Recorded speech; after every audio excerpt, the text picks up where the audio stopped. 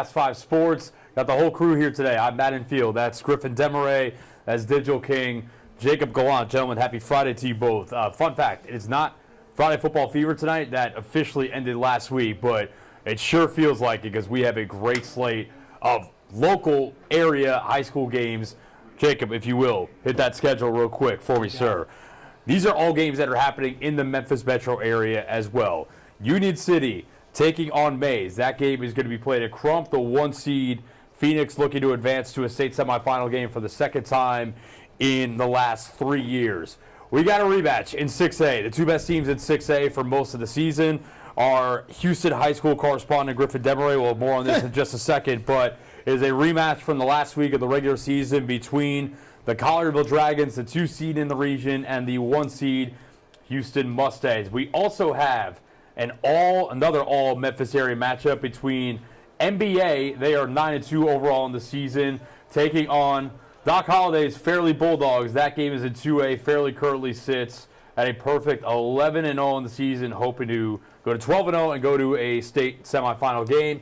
And finally, over in Orange Mound, we have Dyer County traveling to take on those Golden Wildcats. So you will catch me at Union City and Mays. Hit that video, if you will, real quick, because I was at their playoff game, their playoff opener a couple weeks ago against, who was it? Lake County High School. And the Phoenix just put an absolute whooping on them. My man Sed Miller right there in the beanie, leading his boys to war. And they're a really impressive offensive team. Their quarterback right here, Brody Whitaker, is the region's co-offensive player of the year. This is a sick catch. Super sick catch. But yeah, they have a ton of weapons. This is probably the best quarterback play they've had the last couple of years, and I think that they're really poised to potentially win tonight and then maybe even win next week because, like I said, they were in that state semifinal game a couple of years ago, lost in that game, but they're 11-1 this season overall. They're putting up points on basically everybody. Their only loss was in the season opener against Lausanne, obviously a private school that plays in a totally different division than them. So excited to see that play. All right. Let's move on now to Collierville, Houston. It's only right, like I said. This guy basically lives at Houston High School on Friday nights. Yeah, love that 30-minute drive out there from work every day. Man, that's going to be an electric atmosphere, though. Yeah, I mean, it was crazy the last time. I mean, you could see it if Jacob pulls the video. Yeah, I mean, they had fire. They had fireworks. I mean, it was a crazy atmosphere. I will say Collierville had pretty sick intros like that last week as well, but continue. Sorry, yeah, I mean, this game was just weird. It was not like anything that anyone was like expecting going in. You had right here, Chandler Day went down early in the game with I believe it was a right shoulder injury. Didn't come back, didn't play the next week either. So then his brother, Cannon Day, the true freshman, was forced into action. Obviously not an ideal situation against a very good Collierville defense, but it was just a game of turnovers, sloppy like you would not believe. Scoring didn't come all the way until the end in the fourth quarter, but it was a game that I think Collierville felt like they should have had. Yeah. They had it right there in front of them. Killer red zone interception in the fourth quarter there.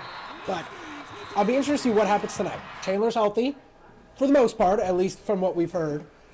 And it is his non-throwing arm. Right. Non-throwing arm. So, yeah, I mean, these are the two juggernauts from here this year. It's been like this all season. So I think everyone knew at some point we were going to get back here. I was at Collierville, Germantown last week. That was our game of the week last week, and I'm going to snitch on him right here. He said before the game, I think Germantown's going to win.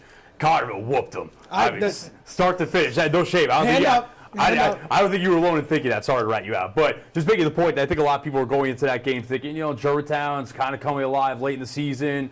Maybe this could be a bit of an upset. Collierville was having none of that. Just totally dominated them from start to finish. Their offense was, I don't think their offense played like a phenomenal game, but they were really good situationally. Their defense forced Germantown into some mistakes, some turnovers.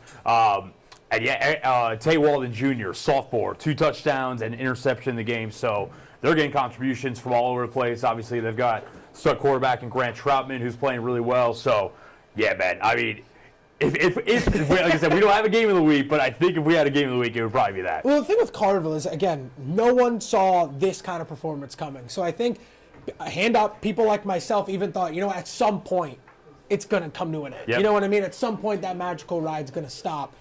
And it still hasn't. And now they've gotten all the way to this point. Yep. I mean, why stop now? I may have to go against myself and just double down on Collierville now. I mean, but this is where obviously Houston winning the region, winning that last game of the regular season, 17-10, earning that 1 seed. that's where it's a big advantage because it's going to be a rocking house tonight at Houston High School. I'm going to tell you, though, last week, Houston didn't look as impressive as I think people thought they were against Bartlett. Don't get me wrong, Bartlett's still good. Yeah. That's a game where Bartlett had the lead in the fourth quarter with about 8 minutes to go. Yeah. So, I mean, this Houston team hasn't dominated, I think, in the ways that we thought.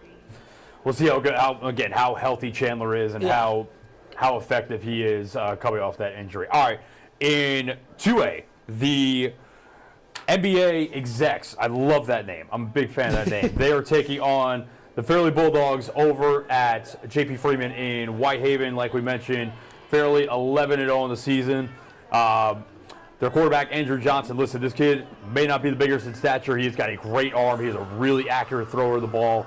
Really impressed with him every time I've seen him. Meanwhile, I mean, NBA, I haven't seen a ton of NBA this year just with the way that my schedule has worked out, but 9-2 overall in the year. They have won their last 5 games with a forfeit in there.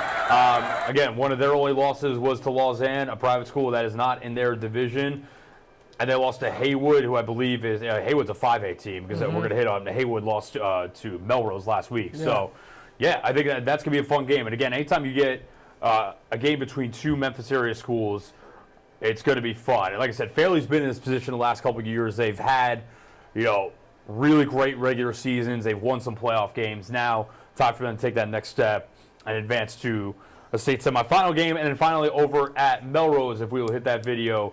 The Golden Wildcats play host to the Dyer County squad. Now, Melrose has been interesting this year because it's been kind of up and down at times, especially early in the season. But they were dealing with some injuries early in the year.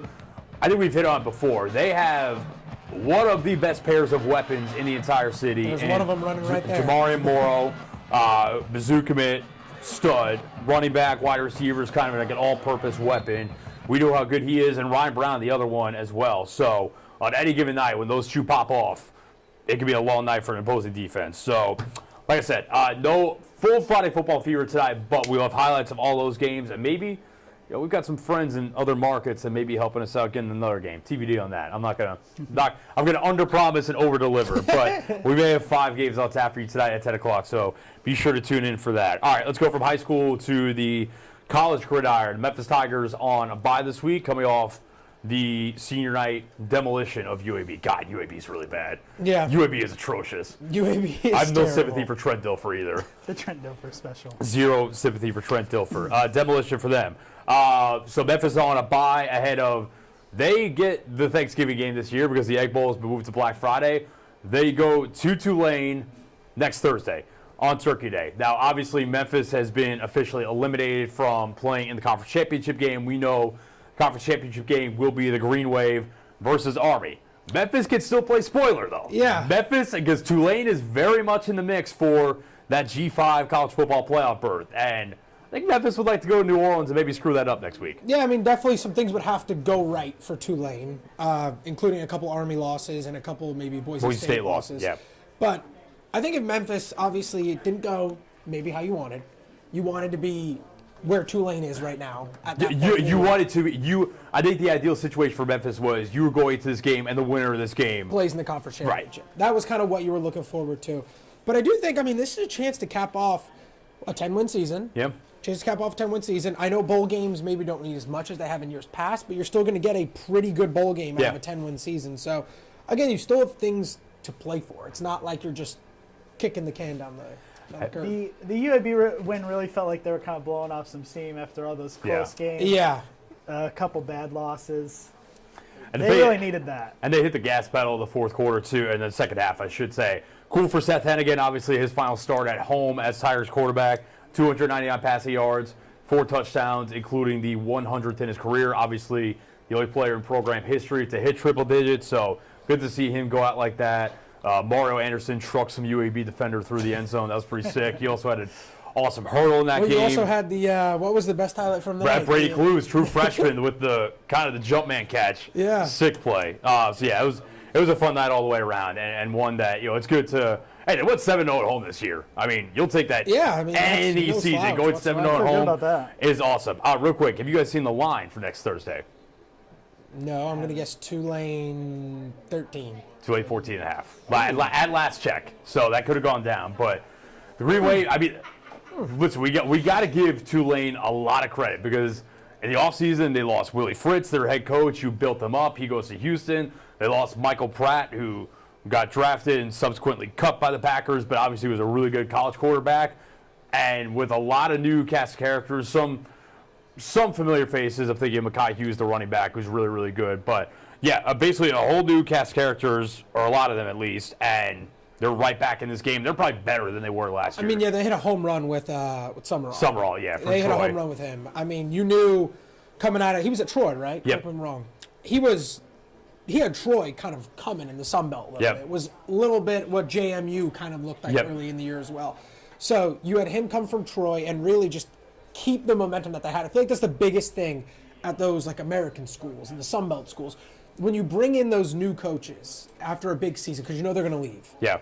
you have to keep that momentum somehow. And I think he did that perfectly and Yep. really set them up for – I mean, their one really close game against Oklahoma and really close game against Kansas State early in the year from probably being where Boise State is right Oh, yo, I think if they win either one of those two games, I mean, I would say right now they're probably third in that conversation right behind Boise and Army. Yeah. They're probably top two. Yeah. And at that point, anything can happen.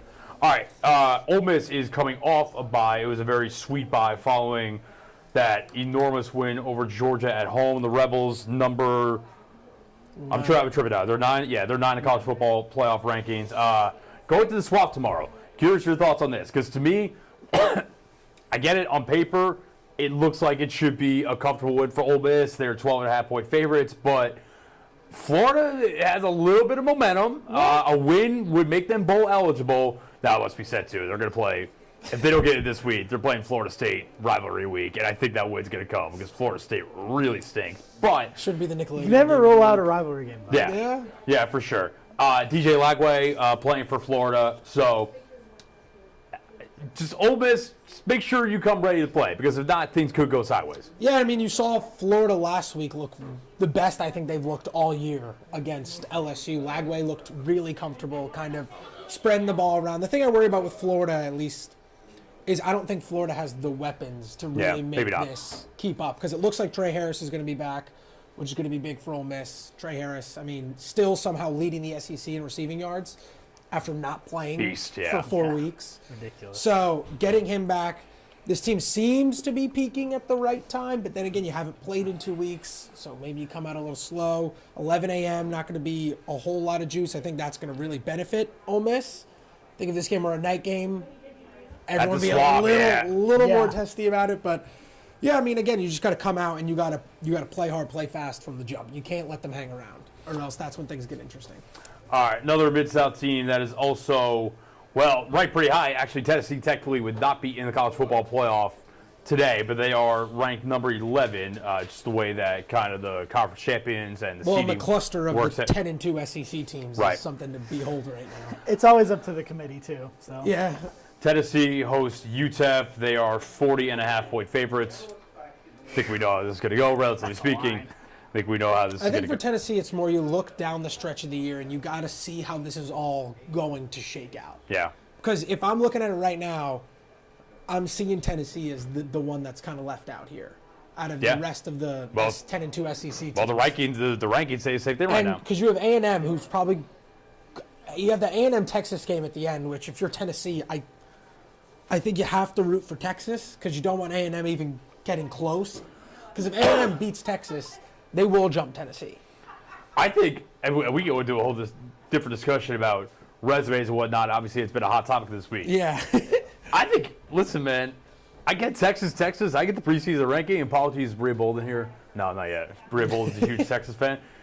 If Texas loses to A&M, I think they should be out. No, there's definitely a discussion to be had because they don't have any good wins. Their best win this year is Vanderbilt. At the big house, maybe, and even that. Even that looks terrible now. Yeah. I mean, Vanderbilt or Colorado State. Yeah. I mean, you're really going to say the Mountain West team's your best win? I don't know. Again, there's been so much talk about these schedules and everything, and this week was really big for how the committee looked at those 10-2 SEC teams. They thought Alabama was the best, even though Tennessee had already beaten Alabama. They put Georgia ahead of Tennessee because they just beat them, and then Ole Miss in front of Georgia. But then Ole Miss lost to Kentucky, who's 4-8, or going to finish 4-8, and LSU, who's staring down the bullet of 6-6. Oh, yeah. I mean, There's gonna be a lot of tough LSU, LSU's. Yeah, LSU. So I think they're really, if I were to guess, they're really looking at the eye test more than anything right now. By the way, 8-2. You're giving them all 2 extra wins. They're not there yet. Yeah, I know. I'm paraphrasing. I'm going down there. Listen, here's the way I look at it. And obviously the rankings have been a big discussion this week. There are 2 teams with borderline bulletproof resumes, Oregon and Ohio State. That's it. I mean, what's wrong with Indiana's? I mean, Indiana, too. I haven't lost. I know the strength of schedule is only only We'll see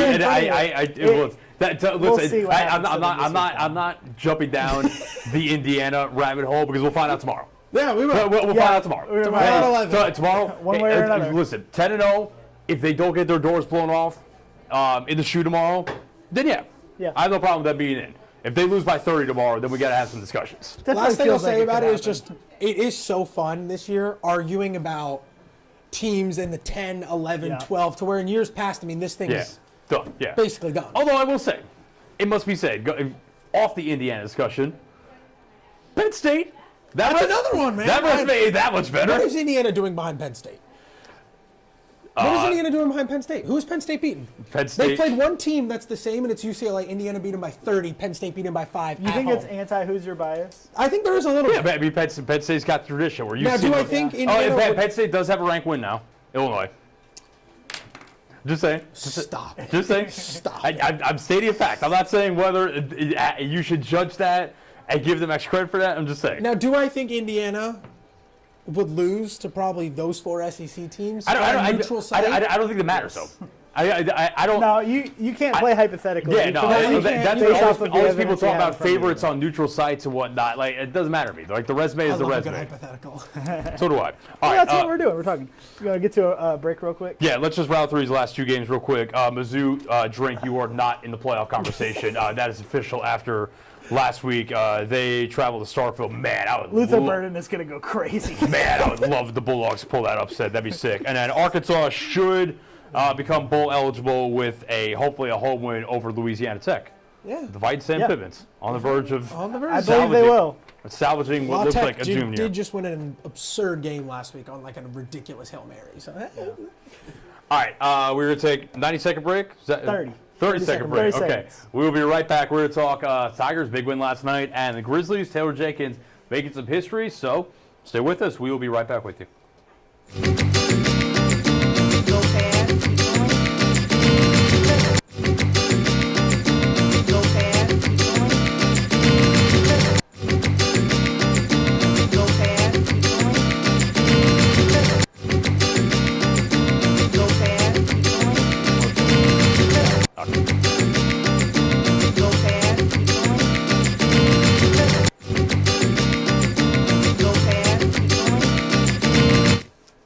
All right, welcome back to Fast 5 Sports. All right, let's transition to the hardwood. Man, you guys stay up late last night, watch Tigers or not?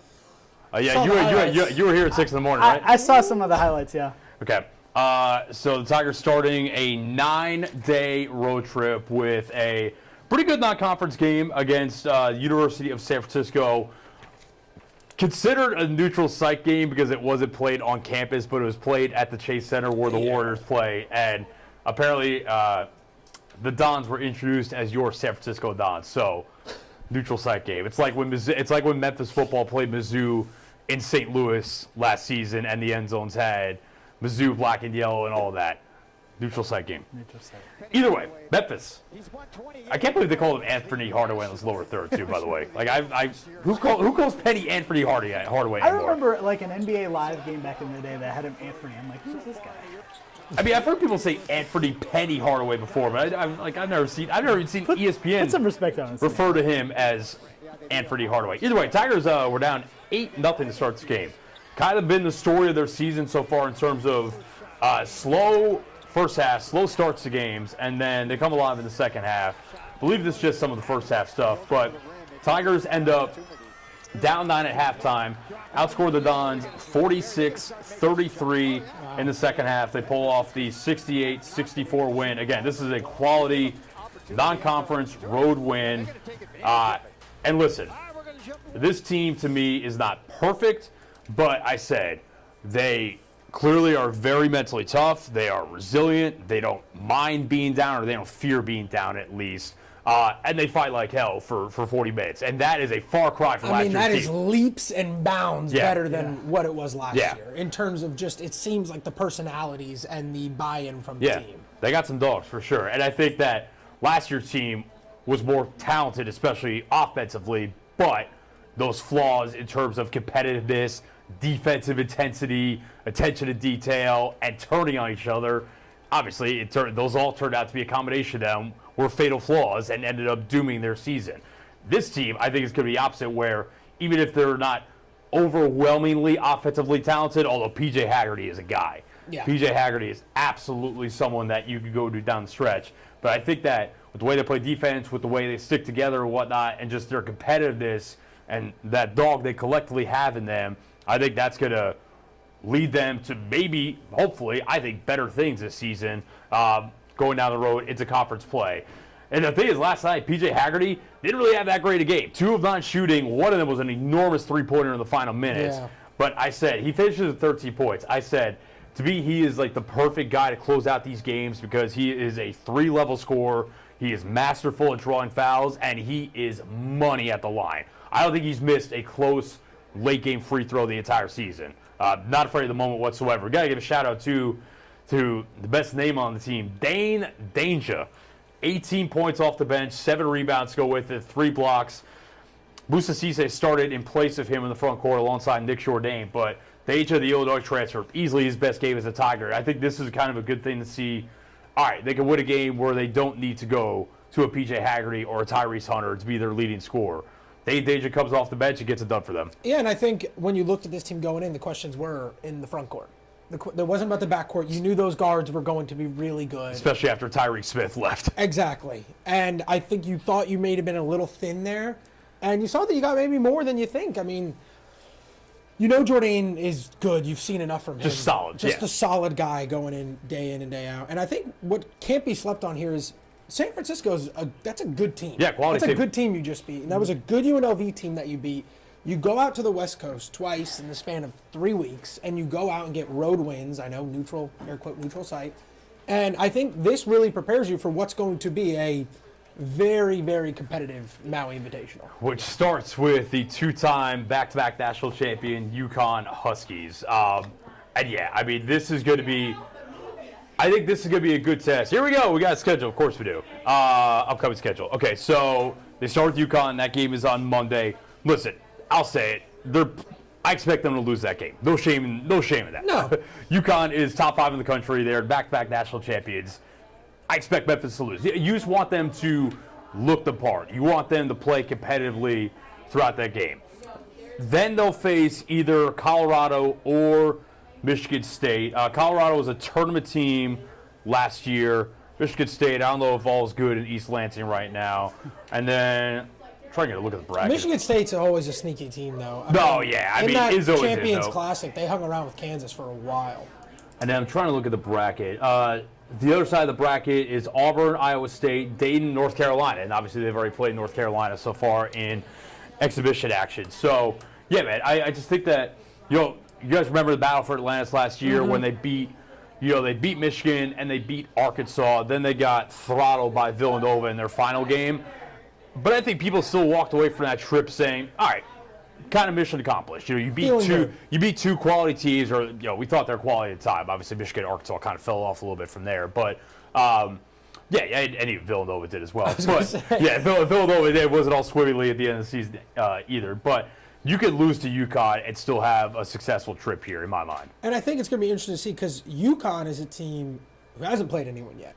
A lot of new guys in that rotation. A lot of guys left last year. UConn's played 4 tomato cans to start the year. So this is going to be UConn's. You just call it 4 tomato cans? 4 tomato cans. They have legitimately played 4 tomato cans. Who's UConn played? I'm curious now. Keep going. You want to see the tomato cans? Yes, I will. But I think it's going to be interesting to see kind of what UConn you get because we haven't really seen them play yet. I mean, look. 2 of those teams don't have logos on Google. 2 of those teams don't have logos. You don't respect Sacred Heart in New Hampshire? I had a buddy. You gotta respect the New England. Lemoyne, who is Tamuck. Tamuc.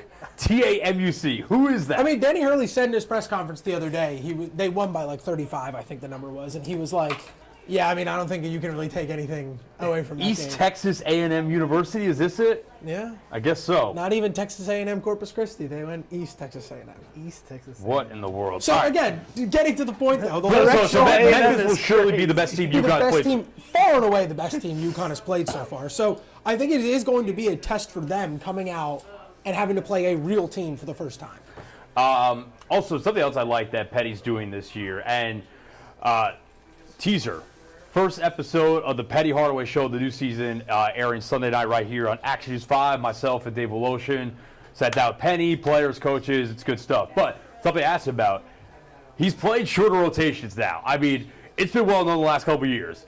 You're on that roster, everybody plays. Petty playing 12, 13 guys sometimes, and playing them like not all significant minutes, but like enough. This season, it's basically an 8-man rotation for the most part.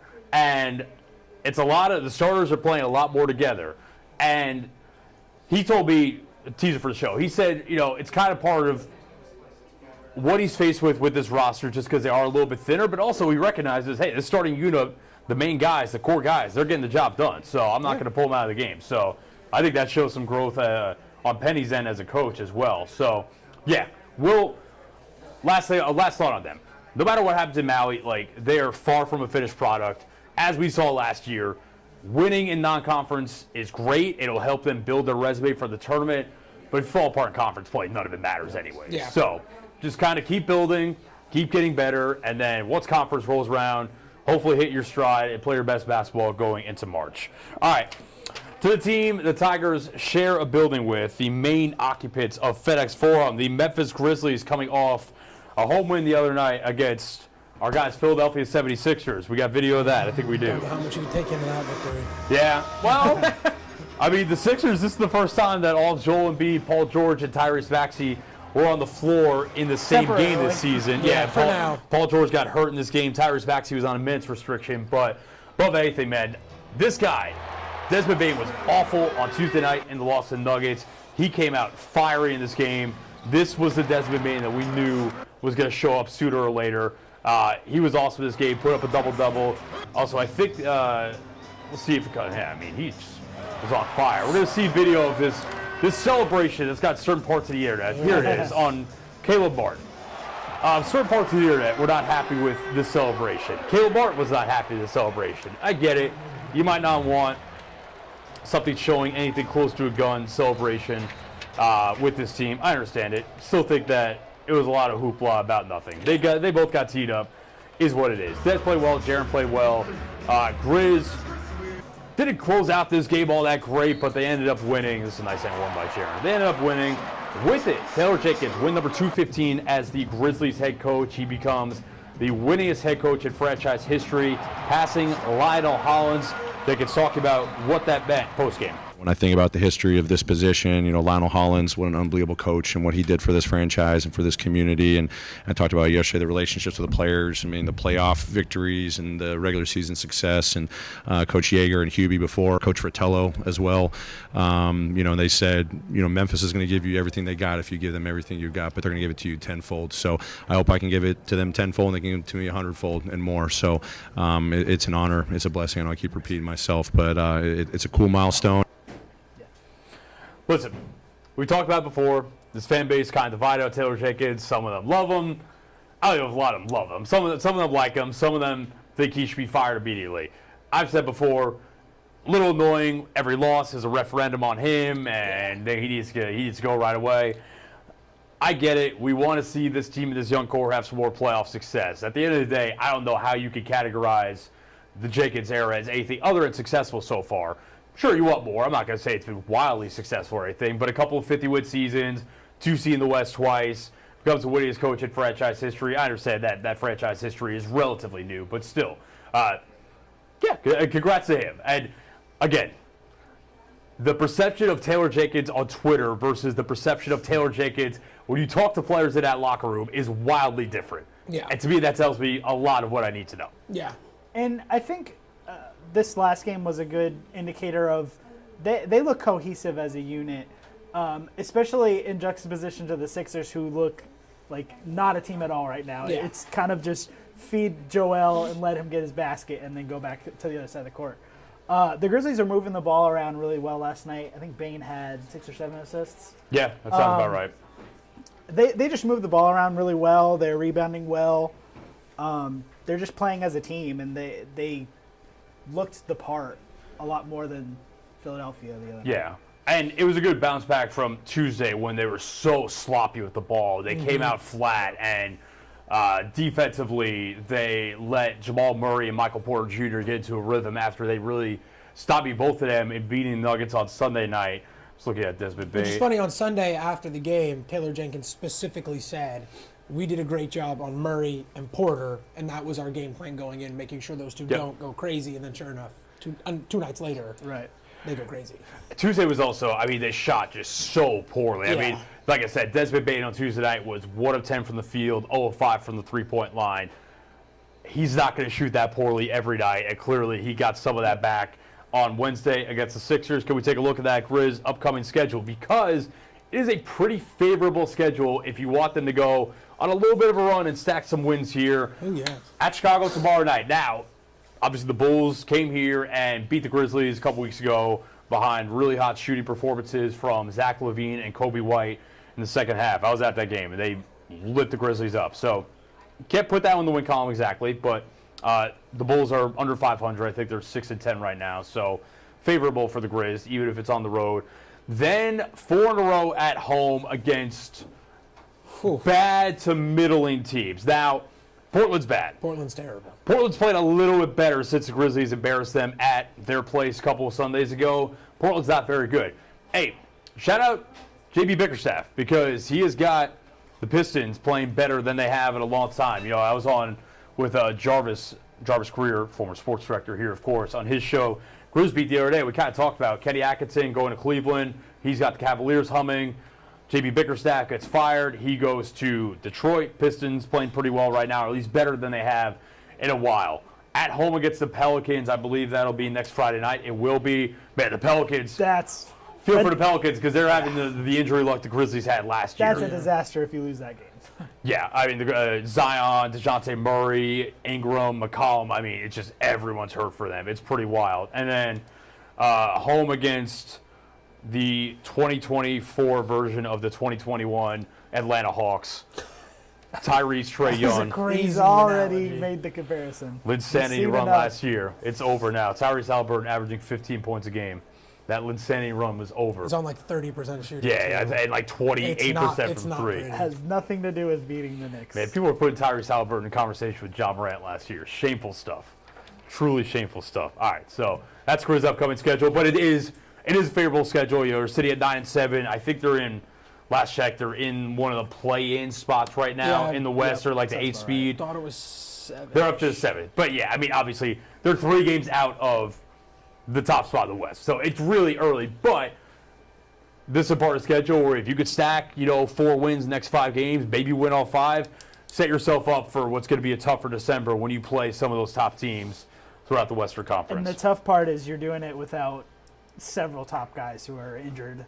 Hopefully, it sounds like Ja may be back soon-ish. I was thinking, probably if you could stack these wins, you got to think after December 1st is hopefully when we start to see some movement on that front. Ja's tweeting that good news is sooner coming. than you think. Yeah. Ja's tweeting that good news is coming. We'll see. Zach Edey, not in a boot, positive at least. I think they're going to be cautious with him just because big guys with foot injuries is never a great thing. But tell me about it. Yeah. So we'll see on that. Vince Williams Jr. tough. I mean, bad. It looked like a pretty bad ankle sprain. We'll see how long he's out, and that's just tough because he literally 4 weeks. just came back from the tibia stress fracture, whatever it was. So hopefully he's back soon. Hopefully, above anything, Ja Morant's back soon, and the Grizzlies can really get this thing rolling. All right, we're going to take one more break, and then we're going to talk a little Baseball Hall of Fame and an electric start to Week 12 of the NFL slate. So 30 seconds, we'll be right back with you. Go fast, keep going. Go fast, keep going. Go fast, keep going. Go fast,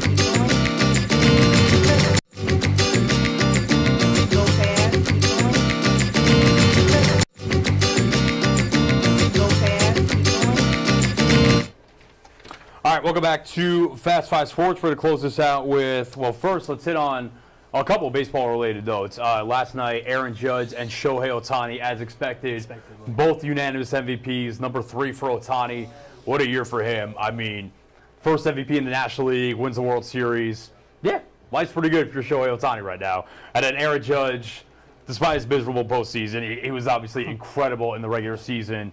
Second MVP in the last 3 years. So I think we knew that was coming, along with Tarek Skubal winning AL Cy Young.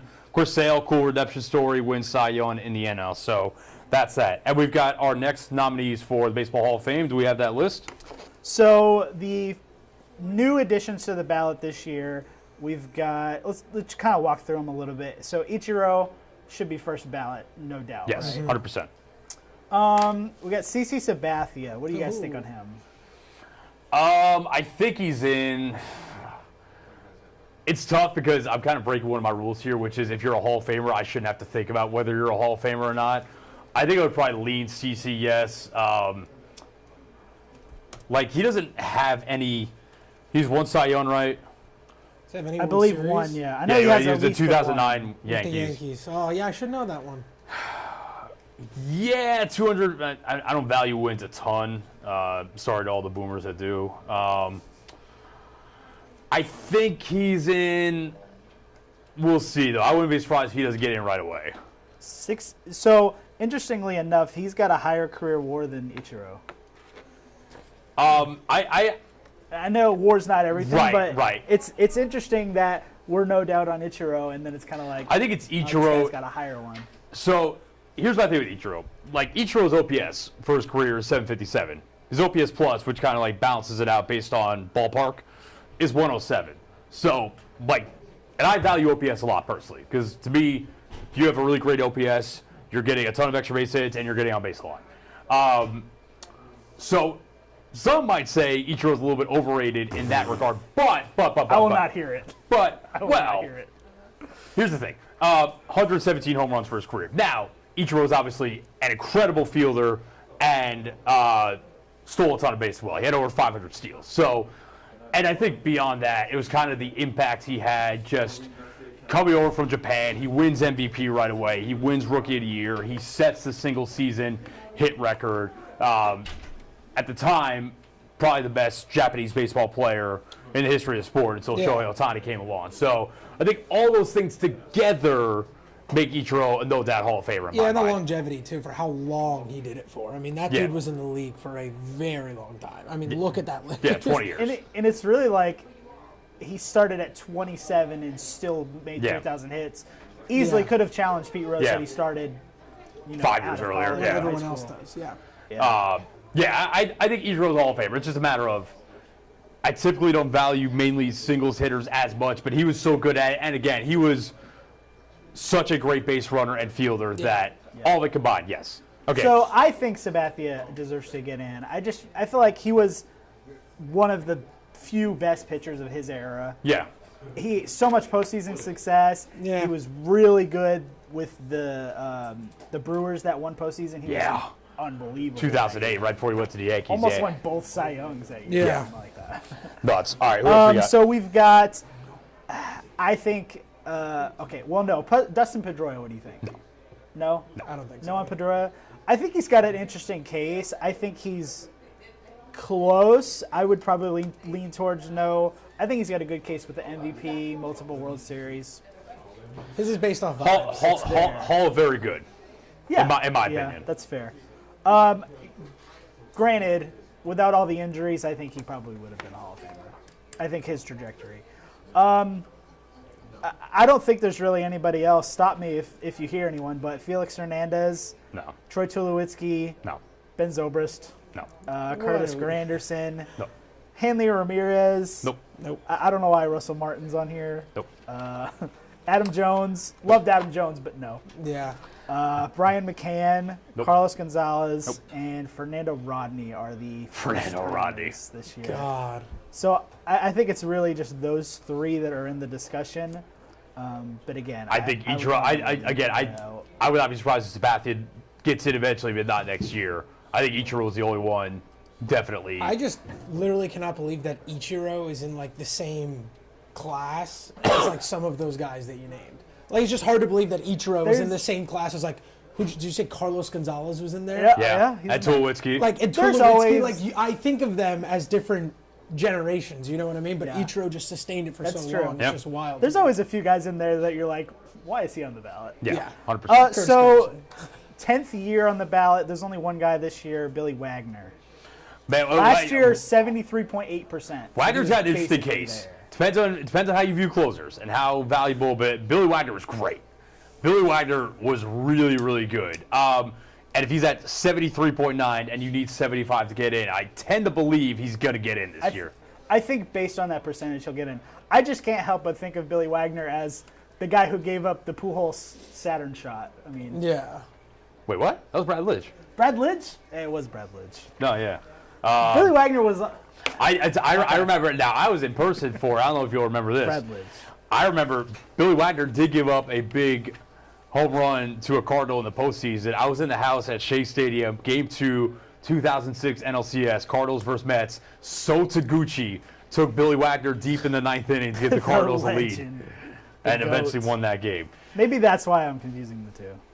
Billy Wagner 2.31 ERA though, over 400 saves, strikeout numbers were ridiculous. Yeah, I mean, again, it depends on if you view closers outside of like Mariano Rivera in that tier should be in the Hall of Fame, like a Trevor Hoffman, but damn good pitcher for sure.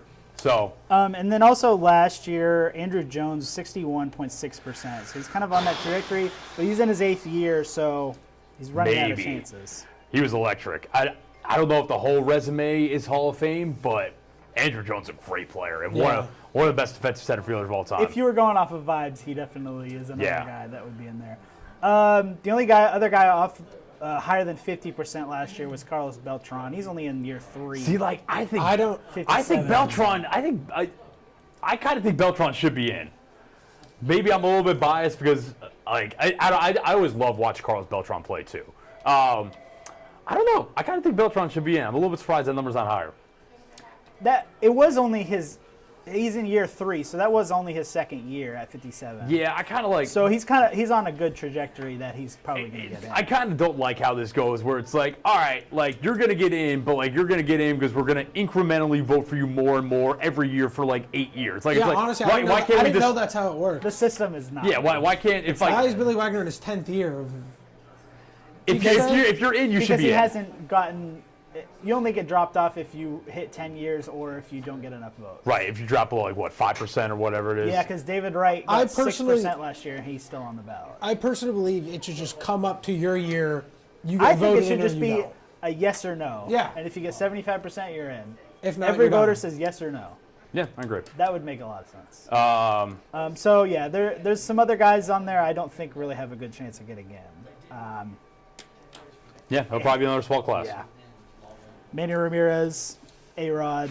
I don't think those guys are getting in at this point. The Valco They're a boys good team. or the Biogenesis boys. Oh, A-Rod. Man. All right, we're gonna finish off talking a little NFL, looking ahead to this weekend. And man, last night electric snow game in Cleveland. That's so good. Jameis Winston puts the Browns on his back, leads them to a 24-19 victory Eating the snow. over the Browns. Admittedly, I'm not a huge fan of Russell Wilson. I've always been Jameis Winston fan going back to his Florida State days. So, pretty electric. And to me, Jameis is without question one of the 32 best quarterbacks in the league. He should be starting. It's kind of tough because obviously some of the guys he's better than are young guys that teams are trying to develop. Yeah. But I think Jameis should be starting somewhere. Yeah. I mean, Go ahead. I see it, but to the same token, though, like you said, there's like how many teams are working in young guys? Let's say we ballpark it at what, 7? I 8? think I was looking at it like teams where it could actually make sense for Jameis to start next year, depending on the draft, would probably be the Jets. There's a starting job that just opened up today, and also in New the York. Giants. I was gonna say. No, don't hate on my boy. I will Tommy never Cutlets. disrespect Tommy Don't disrespect Cutlets.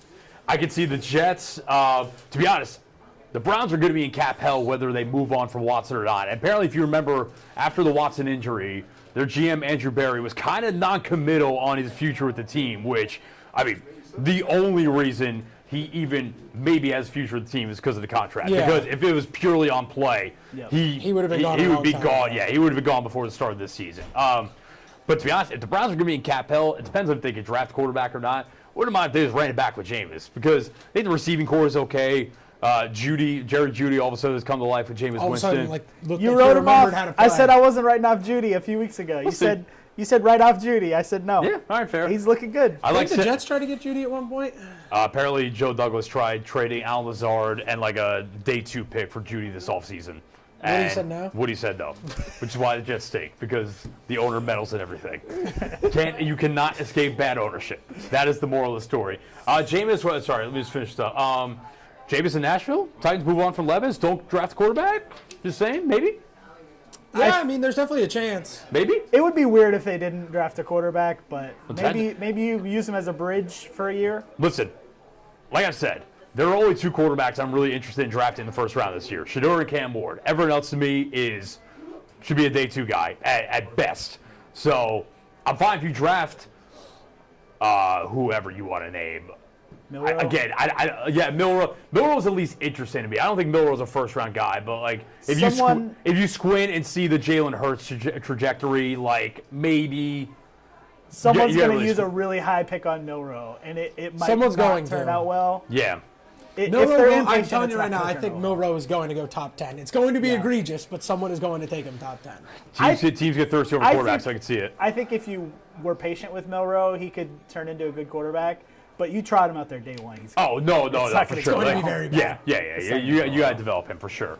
But like the Ewers and the Allars, like to be honest, I'd rather those guys might have higher draft pedigree for whatever reason. I'd rather take Jackson Dart on day 3 than some of those guys. Yeah, Honestly. guy wins. Jameis in Vegas could be electric, depending on who they bring in with the coaching staff. Who knows? Yeah, that feels like Sugar Central. if they don't draft a quarterback, that's But I'll tell you, that's strange. and this is related to the Jets. I don't think we're as far away from Aaron Rodgers, the Minnesota Viking, and time being a flat circle as we think. Because I don't think they are going to trot J.J. McCarthy out there day 1 next year. Because I think they clearly are being very intentional with how they develop him. Hence why they gave Sam Darnold the keys from day 1 this year. And McCarthy played 1 preseason game. I would not be surprised if they bring in a bridge quarterback next year. Could be Jameis too. And Could be Dimes. could be Dimes. Could be a couple guys. Could be Darnold. Who knows? Could be Cutlets. Cutlets. But yeah, either way, I think Jameis has made a case to start somewhere. I think it should be Cleveland above anything. Yeah. Good for Nick Chubb too. His first 2 touchdowns since coming back from that gruesome knee injury. In the snow game with no sleeves or gloves, just insane. He's a football guy. That's a football. For sure. Steelers dropped to 8-3. It's pretty significant for both their division hopes, their seeding hopes, because they do still have to go to Baltimore, and the Ravens could get a chance to get their lick back from last Sunday. So, yeah, weird stuff happens in the NFL. Browns are now 3-8. Steelers dropped to 8-3. George Pickens also was in a fight in the end zone on the Hail Mary on the No, last play. really? Shocking, right? I'm astonished. With Denzel Ward. So unlike him. George Pickens also had a lot to say afterwards. He said, I don't think the Browns are a good team. The conditions saved them tonight. So they play again later this season. God, so he let- never he's misses. entitled to that He never opinion. misses. all right, let's run through the rest of the Sunday schedule real quick. Niners, Hey, Packers get one. big one at Lambeau. Yeah, it's sounding like there's going to be no Brock Purdy for that game. Are they saying no Brock? I know he had an MRI. They're not saying it, but the reports out of practice made it sound like he wasn't moving Who's the very backup? well. Brandon Allen and So- Josh Dobbs. Right. I've seen a lot of Niners fans online calling for Dobbs to start over Allen, I think but he I probably think the should. team is probably going to go with Allen. It's sounding. I mean, Kyle Shanahan, the coaching staff, sees more than we do. I've seen Josh Dobbs play football before, a lot of it last year. It might not always be perfect. For what I've seen from Brandon Allen, for what I remember, it's probably better, but I don't know. The Pastronaut? That's right. But that's a big Give one him a because shot. obviously that is a multi-time playoff rematch from the last however many years. I mean, Yeah. I covered multiple. I think there's supposed to be snow again, too. Already talked about that? Yeah, there were people saying Possibly. snow again. I don't know. Josh. Josh Dobbs at least gives you a quarterback that can move. Yeah. And we know the Packers struggle with those historically. That is true.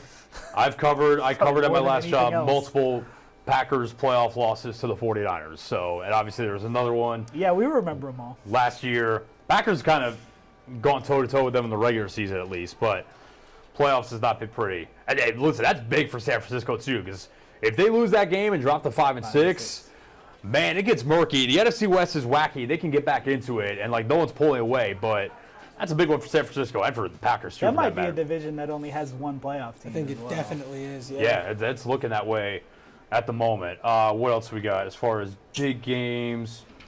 I think we got a good Monday night game this week. Cardinals Seahawks is fun. Hey, listen, I had the schedule. I was on early in the season. I like watching the Cardinals play. I think they have a really well-designed offense. They're physical. Kyler's playing pretty good ball right now. They've got good weapons. Defense has been really good lately. And I think a lot of people maybe threw the Seahawks to the curb a little bit. Yeah. When they went into San Fran last Gino week. was electric. Yeah. Gino, and What are the Cardinals at? They 6-4? they were 6-4. I mean, Niners drop this one, and the Cardinals go to 7-4. They're up, what, 4 games? 2. Well, it's How 2 bad plus is the my math? tiebreaker. 2 plus the tiebreaker. All right. Because the Cardinals beat them in I thought it San was 3 Fran plus the earlier in the tiebreaker. year. Seahawks, though, flip side, Seahawks win, and they're tied atop the division. Yeah. And, man, Gino was electric on that game-winning drive in San Francisco. So was my boy JSN. Never missed, just a little bit late. Took him a while, but he's been playing really well the last couple of weeks. He went over 100 yards in that game. Eagles-Rams, a fun Sunday night game you can watch on Action News 5. How you feeling? That's a good one. Good. I think the Rams are decent, but Your secondary against those receivers is going to be a good matchup. yeah, it's going to be very good. Very fun to watch. Any backwards hurdles this week? No, that's in Madden now, though. Thank God. If Either somebody Madden hit- can't get anything else right, If but they got somebody that. hit that on me online, I'm The controller just burning the snapped game. it. Rage quit for sure. And then awesome Monday night game, the Harbaugh Bowl, Ravens, that's awesome. Chargers. Yeah, that's gonna be a fun game. Ravens are 3-point favorites. They're obviously coming off that loss to the Steelers. Lamar, not as great against Pittsburgh, but still I think playing at MVP level. Man, Justin Herbert's been fun to watch the last couple weeks. Yeah. Really, kind of up and down against the Bengals on Sunday Night Football this last week because he was electric in that first half. Not as great in the second half, but was money on the game-winning drive. So This might be a little premature, but I feel like if they get him a few weapons next year, Oh, he yeah. could be like MVP talks. yes, oh, Yeah. no, I think he should kind of be on the outskirts of the MVP discussions this year. I think what's the MVP discussion this year? Is it Allen and Allen, Lamar. Lamar, and It's, yeah, those two. Yeah, Allen Lamar. I wouldn't be surprised if he finished third. I could definitely see it. And yeah, Saquon? I'm with you though. If they get him, because they've got Labiconke, who's a stud. Quentin And, Johnson's putting it together a little bit. yeah. So, but if they get if they draft another receiver early, or maybe they go out and get the receiver that tore them up on Sunday night, T. Higgins, in the offseason, because it Yeah, I seems mean, like this is a That very would be good. receiver-rich draft again. There's a lot of good ones coming out. yeah, maybe not as good as last year, but at the top, you know, guys like Ted McMillan to Arizona, Yeah. He's- Luther Burden, who you're going to get very familiar with this weekend. The Travis Take Hunter, his overs. the Travis Hunter question is a big one too. What position does he come out and Yeah. play? So that's that. All right, I got a meeting to get to, and the rest of us have other stuff to do. So that's that. Another good show in the books. We have a great slate of high school football quarterfinal games that you can catch right here tonight on Action News 5 at 10. But for now, for Jacob Gallant.